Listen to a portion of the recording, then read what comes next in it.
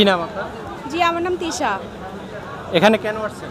এখানে আমি মুভি দেখার জন্য আসছিলাম। কি মুভি? দাগি মুভি। দাগি দেখা হয়েছে? জি, দেখা হয়েছে। কেমন ছিল? মুভিটা ভালো ছিল, স্যাড এন্ডিং ছিল, স্টোরিটা অনেক ভালো ছিল।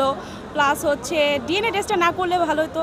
আর ডিএনএ টেস্ট করছে এটা বলতে পারতো যে নায়কেরই নিশানেরই ছেলে, তাই আরেকটু বেটার হতো। বাট ওভারঅল অনেক ভালো ছিল মুভিটা। অন্য কোনো মুভি দেখা হয়েছে?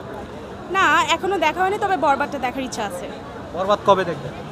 লাইক কালকে আর পরশু। আচ্ছা, সবাই বলতিছে যে বরবাদ মুভি বাংলাদেশের সেরা মুভি। এই ধরনের মুভি এই পর্যন্ত কেউ হয় নাই। যে একবার দেখছে সে আর একবার দেখার ইচ্ছা।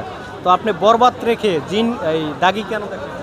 ইউজুয়ালি সাকিব খানের ফ্যান বাংলাদেশে সবসময় বেশি, তবে নতুন নায়কের একটি ছবি দেখা উচিত আমাদের। আর আফরান নিশো তো অভিনয় অনেক ভালো করে, তো আমি ভাবলাম যে দুইটার মধ্যে কম্পেয়ার করে আফরান নিশোটা একটু প্রায়োরিটি দেওয়া উচিত। আপনি কি আফরান নিশোর ফ্যান?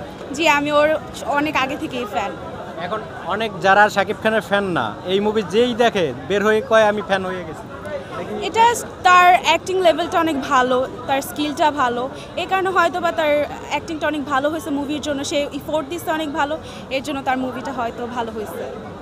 আর এই মুভিটা দেখার পরে বলে যে এটা বাংলাদেশি ফিল্ম না, এটা বলিউডের ফিল্ম দেখতেছি, এরকম এটা শুনছেন?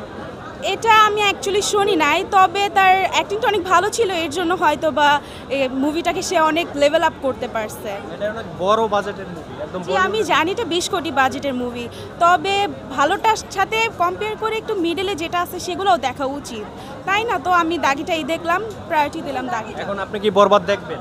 যে আমি বরবাদ দেখব, যেহেতু এটার অনেক রিভিউ ভালো পেয়েছি আমি, তাই বরবাদটা দেখার ইচ্ছা আছে। ওকে, থ্যাংক ইউ।